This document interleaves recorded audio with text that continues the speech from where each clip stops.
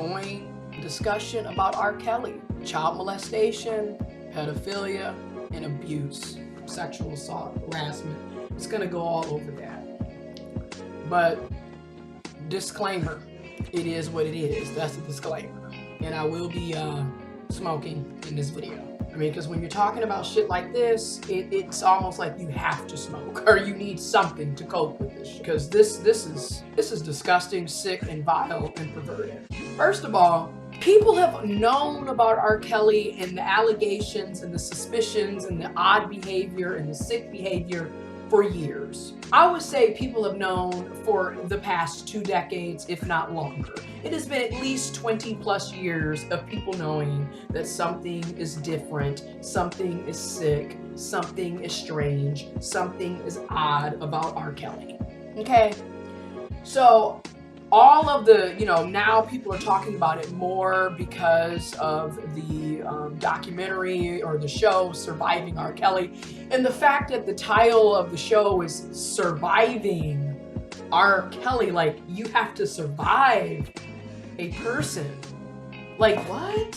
Like, you hear people talking about surviving through war or surviving when they've been lost in the wilderness and they don't have any food. But to survive a person, like that's how horrible this man is, that people have to survive this nigga. Like what? Like, come on. Cheers. The fact that people gotta survive this nigga. Now, I do believe hurt people, okay? I do believe hurt people. And what I mean by that is I believe that R. Kelly was probably, more than likely, was abused himself when he was a young person. Or in his lifetime, he's been abused.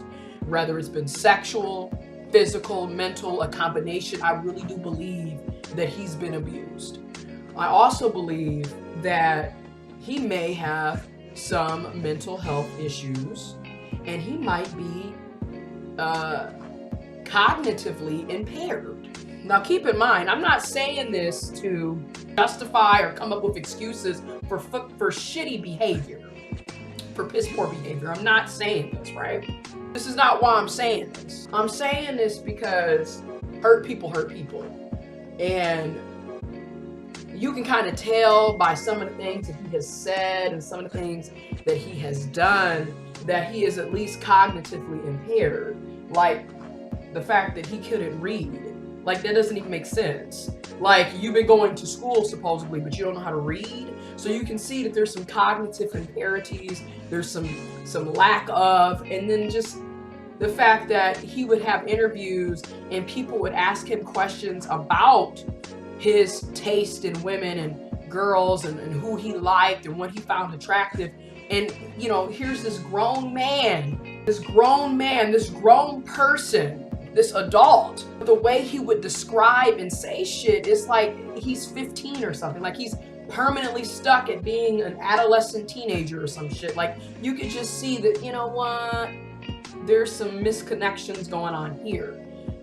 However, it still doesn't justify, it doesn't okay the abuse. And no, it just doesn't. Like wrong is wrong, right is right, okay? So I'm doing this because there's also an ongoing issue in society, especially when it comes to women and girls, saying that this is what they've been through, talking about the abuse that they've had to endure. And anytime a woman or a girl even addresses sexual assault, sexual harassment, sexual abuse, rape, molestation, unwanted comments being told to them, any of that nature, it's automatically shunned upon in the sense that people are going to look at that woman or that girl as though she is lying, as though she's a harlot, she's a whore, she was asking for it, she wanted it, she knew what she was doing, she knew what she got involved in. It's basically always, it's her fault, and she's to blame for anything that happens to her. And that has pretty much been the ongoing discussion for years, for decades, for centuries. I mean, going back to biblical times, You know, it's as if, again, women are always the cause and the problem, and it's their fault. Nobody really believes them. And it's just really sad, because it's like a disclaimer. Yes, there are people who lie and fabricate and make up shit. Overwhelmingly, I don't think most people are gonna come out and be like, yeah, you know, I was molested. This is what took place. This is what happened. I was raped. I was sexually assaulted. I was abused. I was done wrong, and lie about it. Okay? And then there are statistical findings that literally say, out of all the sexual assaults or harassment, abuse claims made, 97% of them are true. 97% of them are true. I'm going to leave a link to that in the description box. Leaving only 3% to be false. I'll leave a link to that so you can see it. Again, it's what it is. You're going to take it how you want to take it. I'm just saying. So when we have that narrative that the women and girls are lying, we create another narrative unbeknownst, subconsciously. It just happens. It's all about balancing, right? So we come up with this other narrative that people who are being accused of doing these wrongful acts to women and girls must be telling the truth. They would have never done that. They must be innocent. You know? We gotta save them. We gotta help them, because these girls and these women are lying, and they wanted it, and he couldn't control it. Particularly if it's a man, he couldn't control it. He just had to do it, and she knew what she was doing to him. So ask yourself, you mean to tell me that little girls as young as 3, 4, 5, 6, 7, 8, because people are abused at all ages, unfortunately. You mean to tell me that the little girls knew what they wanted, were asking for it? And you mean to tell me that the grown people couldn't resist a 3-year-old? Like, that's what you're saying here. Like, it's just really, so that's what I mean by, what are we saying, you know? This shit is really disgusting. When you really sit down and think about it, it is extremely disgusting. The fact that we will come up with excuses for this shit. This is horrible. However, I'm looking at all of it. You know what I mean by I'm looking at all of it? I'm looking at all of it. What doesn't make sense, and particularly going back to Aaliyah. Rest in peace, Aaliyah. Going back to Aaliyah. This is what I mean by I'm looking at everything. Her parents. Now granted, R.Kelly is still in the wrong. I mean, you 27 years old, marriage with a 15-year-old. She's underage, not 18. It's 18 in America. In the U.S. is the legal age of you being an adult. Now, in different states, we've got the age of consent, right? I think in Michigan it's 16. So I live in Michigan, it's 16, I believe. So each state has their own thing, right? But most is 16 and up. Some are 17, and some are 18. But across the entire country, 18 is the age where you're an adult. So she was 15, married to a 27-year-old. But back to the parents. Y'all knew a 15-year-old daughter with this grown-ass man. Y'all knew that your 15-year-old daughter was with a 27-year-old man. And y'all allowed your 15-year-old daughter to be around this grown man.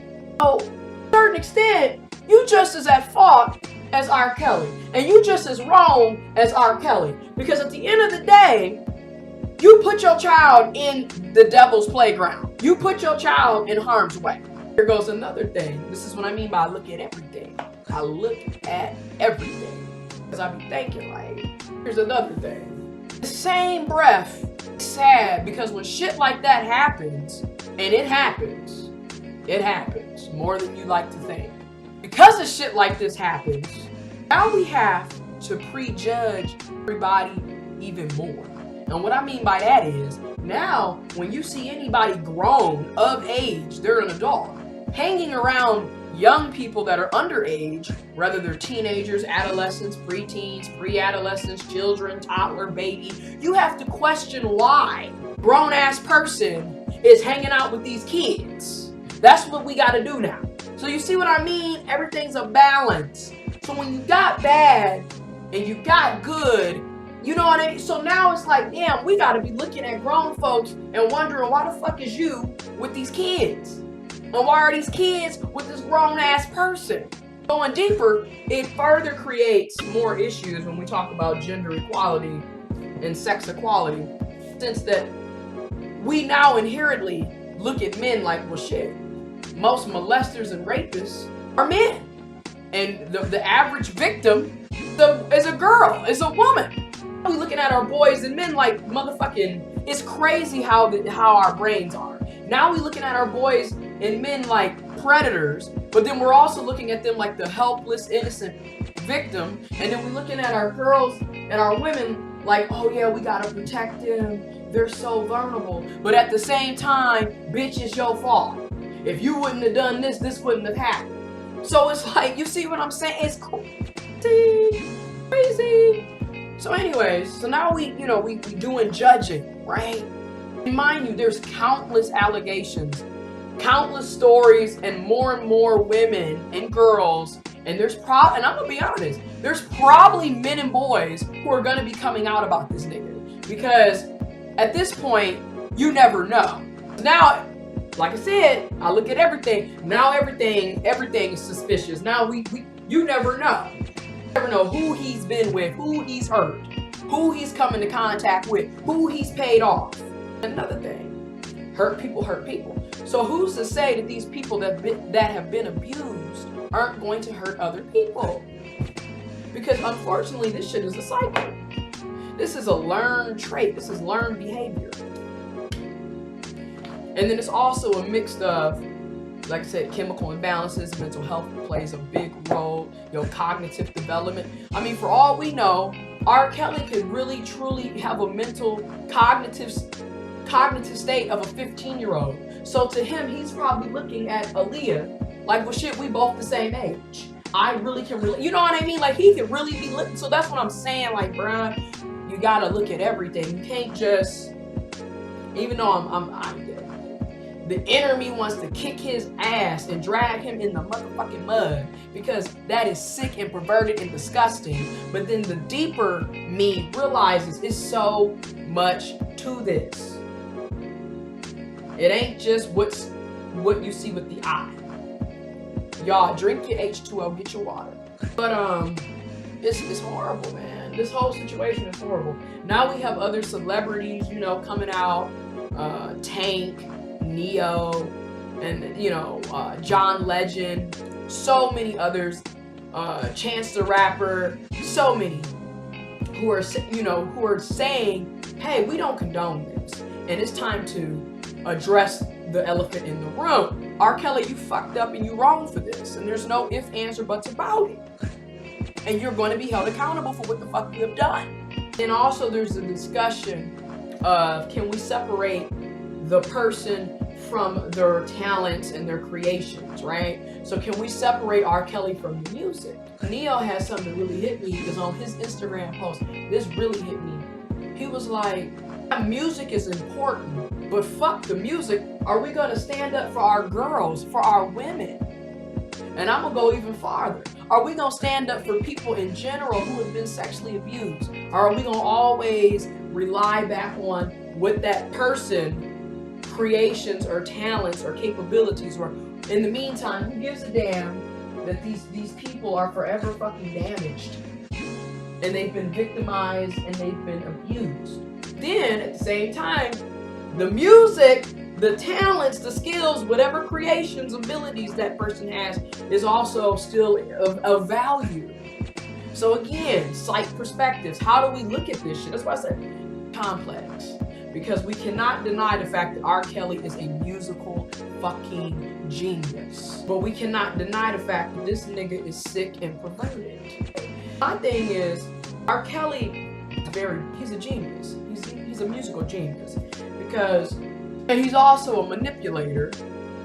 Because if you think about it, my nigga was writing music, I mean, just fine-tuned perfection. But if you look at the lyrics, we just sitting up doing it. But you listen to the lyrics and then you read the lyrics and then you fucking see the lyrics. My nigga basically singing about all of his exploitations, my nigga. Hey, it's bump and grind, nigga. Like, age is nothing but another, nigga. Like, you are not alone. Like, feeling on your booty. Like, then he wrote for other people. You know, because again, he's a musical genius. He's fucking brilliant mastermind. But you still look at this. There is fucking video footage of you pissing on a 14-year-old girl. You were married to a 15-year-old girl. You allegedly kidnapped some girls and some women and kept them hostage as sex slaves. Allegedly. A lot of shit, man. Your own siblings and family members, like everybody is. So it's like, again, PsychedPerspectives, you know, the skills and talents and abilities, but also, bitch, you gotta be held accountable for your own shit. You can't just, we're not just gonna act like, oh, you can walk on water because you can sing and write music and compose music. No. Now, do I think, and also before I even get to that, then we gotta talk about the Black community. And I, you know, I'm Black, so I feel like it's also very daring to me. And I will be doing more discussions like this on my Board Dear 92 channel. But anyways, another thing that we got to think about, in the Black community is that there has been, at least in the Black American community for the past 400 plus years, there has been this sense of what happens here stays here. We don't talk about it. And then we have this, well, we'll handle our own approach, but then we don't never really truly handle our own. So what ends up happening is people be knowing that children are at risk for abuse. Sexually, physically, mentally, a mixture. They know that there's a risk for this. And they know the people who are causing the risk. But instead of addressing the problem and coming up with solutions to fix it, to solve it, and to save and protect and help, the unspoken, you know, it's taboo, bitch. It's a motherfucking ghost in this room, bitch. Like, we all know that uncle, that aunt, person in the community that's known for touching little girls, touching little boys, touching kids. We all know that person. We've all heard of that person. Yet, why the fuck is that person still in the damn community? That's always been my question. Because, you feel me? Why is this person still walking around the community if you know he or she is out here abusing people and sexually assaulting and harassing and molesting and doing all this shit? Why is this person still here? Why is this person still around the kids? What the fuck are we doing? I don't know what that's about. I mean, I've got some thoughts on it, but I don't really know what it's truly all about. Again, I look at everything. Then we tell the kids, right? So remember I said it's a balance. So we know that sick motherfucker is in the community. They in the community. They are. And at the same time, that balance. So now we're telling the kids, or we're telling the likely victims, the potential victims, to be worried, to be afraid, to be scared. Now we're creating the boogeyman. So now you can't go over such and such house, and they don't really give you a true reason why. Now it's, you know, my mom or my dad or whoever raised me, my guardian, would my parental would always be like, you can't go over there because I don't know their parents. Or, don't be doing that with Uncle James. Don't be doing that with Auntie Say. You don't sit on no grown man lap. You don't sit on no grown woman lap. You don't sit on blah, blah. And everybody just, you know what I mean? So again, balance. That's all I'm gonna say. Balance. This comes to mind. Also, when this happens, and when it's women and girls, or it's the Black community, or it's Black women and girls, notice I said or, so I'm not just talking about one demographic of people. You always have women and men, people come up after these people, after these women and girls, and this is what happened to me. Then we have people come back, remember I said balance, come back with, oh, you're lying. You would never do that. And the girls lie, you do this, men, blah, blah, blah, always trying to take down a black man, he was about to buy Popeye's chicken, he was about to buy the Chicago Bear, like, whatever the fuck it may be, right? It's like, why do we feel the need to defend bad shit? And also, how come we can't have the offense and then have the person? So sometimes you do need to separate, but then sometimes you have to look at them both, right? People will defend bad shit, nigga. People will find in their sick, deep, confused, twisted way to justify bad shit. Motherfuckers is on Twitter literally trying to justify molestation and pedophilia. Now it's, well, she shouldn't be dressing like that. He shouldn't be doing this, and he was looking like, and I was looking like, and it's like, what? We'll find a way to justify horrible things. I'm no judge, I'm no jury. At the end of the day, you have to speak for the higher power. At the end of the day, you have to speak for the higher power.